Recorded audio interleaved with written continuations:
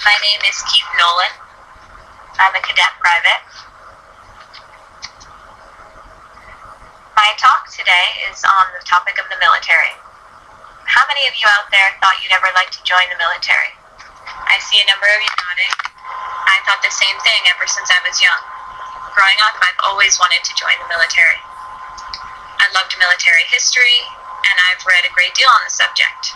Also, I have various family members, such as my grandfather and great uncle, who fought in World War II, and like them, I wanted the same thing, to serve my country.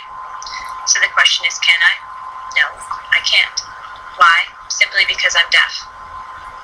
So regardless of that fact, I still had that longing to join the military.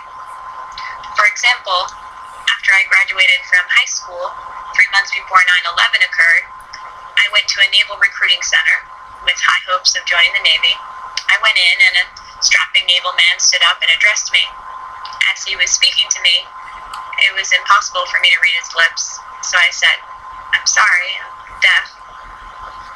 He tore off a little piece of paper and wrote down 3 words, "bad ear, disqual." He didn't even fully spell out disqualified, just bad ear, disqual. So I went on my way, and I tried various locations a number of different times trying to join, but over and over again I got the same response: "Sorry, you're deaf, we can't accept you." So I shifted gears and decided to become a teacher. I completed a master's in deaf education and taught for almost 2 years until this past spring, when 3 things occurred that changed that course. The first of which was while I was teaching a high school history class. I'd lectured on the Mexican-American War. The bell had rung and I was seated at my desk when one of my students, who was deaf, approached me and said he'd like to join the military. I said, "Sorry, you can't, you're deaf." Then I caught myself. It struck me that all along I'd been told no, I can't, and now I was perpetuating that same message to the next generation, my own student. That realization had a large impact that really resonated with me. Now, the second thing that happened, my friend had just moved to Israel. Did you know that in Israel they accept deaf people in the military? How can deaf people be in the military, right? Could this really be true? Come on.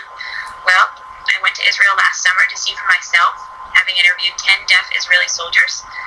All of those video interviews and questions I've compiled, and the findings I'll share with you later. Thirdly, CSUN here, my alma mater, had recently started up an Army ROTC program. ROTC, which stands for Reserve Officer Training Corps, allows students working on their college majors to concurrently participate in the ROTC program. Upon graduation, ROTC students have a military career ready and waiting for them. So if one joined the Army, one could commission as a second lieutenant.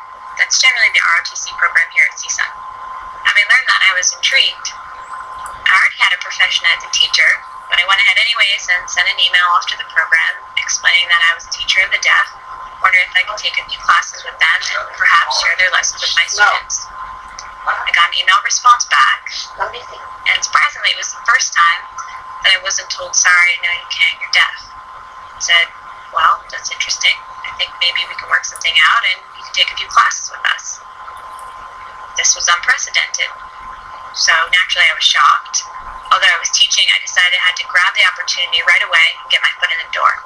Altogether, that's how it transpired.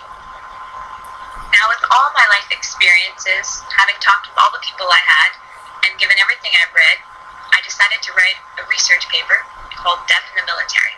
I'll share with you what those 98 pages entail. Here in America, we've actually had deaf soldiers serving in the past.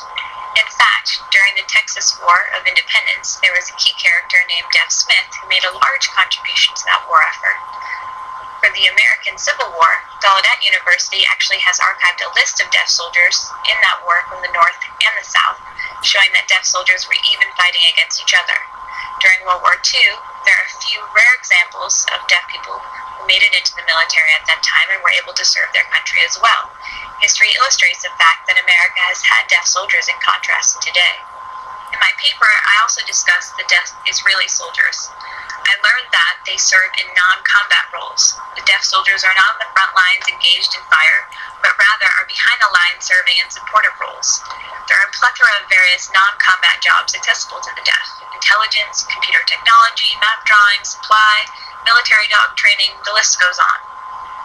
The communication between deaf Israeli soldiers and other soldiers who are hearing is carried out with the same approaches deaf people in general use with the hearing public on a daily basis. You can use your voice, lip read, gesture. Sometimes another soldier knows sign language and that can be utilized. Pen and paper, text, computers, emails. Seriously, there's no magic wand necessary. It's the same thing we do every day. Interpreters are used there primarily for boot camp training. For the average work, it's not necessary to have an interpreter by your side. The Israeli army is comprised of small groups. Each of these units with deaf soldiers have developed their own way of communicating with each other, so there's no need for interpreters. The top picture is of one soldier I met. The bottom photo is of Prime Minister Begin with a deaf soldier in Israel. Another part of my paper touches on disabled soldiers in the U.S. military. Obviously, military work can be dangerous and involve injury. One example here is Captain Lucette. Due to an explosion, he lost his leg. He's recovered and currently has a prosthetic leg. Now that he's strong, he's back in combat, still fighting in Afghanistan. It's remarkable. And guess what? He's not the only one. There are 40 other soldiers like him, amputees, who are serving in combat zones. Incredible. Also, we have a blind soldier here. While he was in Iraq, an explosion from a suicide car bomber destroyed his eyesight. He's recovered and hasn't left the Army. The Army has retained him on active duty, and he's currently running a hospital for wounded soldiers. I also found out online about another soldier who's deaf in one ear. He's developed civil programs in Iraq, one of which actually started a school for the deaf in Iraq. All of this is incredible, but I'm going to ask all of you, if the U.S. military can retain their disabled soldiers, why can't they accept disabled citizens as well? Moreover, out of all the U.S. military jobs, 80% are non-combat positions. There are many jobs that we in the deaf community can do. If I were to be in the military, I'd like to do intelligence work. But there are an array of other things we can do, such as mechanics, finance, medicine, etc. So to summarize, I've presented 3 premises to support my argument. The first being, Israeli defense openly accepts deaf soldiers. If you have the quality and skills required, they'll take you. Secondly, the U.S. military has accommodations for retaining their disabled soldiers. And lastly, 80% of the occupations in the military are non-combat. Now, can we deaf Americans serve our country? Yes, of course, absolutely, without a doubt. Now I'll explain a bit about my experience in the Army ROTC, which began last fall. I've been involved with that thus far, and it's still going on now. Really, I need to preface this by saying that this was the first time my battalion had ever had a deaf cadet. They had never experienced that before, so of course they were taken back, wondering initially how I would do this or that, how I would communicate and such, which is a natural reaction considering that many of them had never interacted with a deaf person prior to me. And plus, I was taken back by this. It was the real thing, the Army. I had to learn a whole new world full of military jargon, with its own culture and everything. So we started out slow, getting to know each other, and learning how to work together progressively. For example, on the first day of class, I had no uniform, so I showed up in regular clothes while the other cadets were all in uniform. I found out that every morning at 5:30, there was physical training, PT. On Fridays, there'd be field training, labs, off campus, and occasionally we would have weekend training at a military base. So I showed up ready each morning at 5:30 with all the cadets in uniform and me in my civilian clothes. They told me, hey, you don't need to work out, you can just simply take classes. I told them I wanted to anyway. They acknowledged that, and I continued to show up every morning to train. When Friday came, I asked if I could do the field training. I was told, no, just stick with class. I insisted that I wanted to try. Somewhat reluctantly, they let me attend the lab, but only as an observer. I would only be allowed to sit and watch, not participate. Alright, so I showed up on Friday and watched as the cadets learned marching drill commands like how to stand at attention, how to properly salute, and all the basics. I had to ask again if I could join. Finally, I got the go-ahead, and I thought, right, so I went to get formation. I figured I better stand in the second line so I could watch what the cadets were doing in the row ahead of me.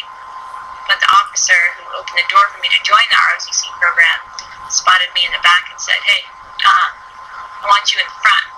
If you want to be a soldier, you gotta learn the commands just like the rest of them. I can follow other people, learn it yourself. Thought, wow, he's viewing me like any person, giving dignity who I am. I was impressed by that. So as the weeks went by, I still didn't have a uniform. I asked if it would be possible, but I was told it wasn't. So I continued on that way till one day I was informed that I'd be getting a uniform. I was pleased. It's really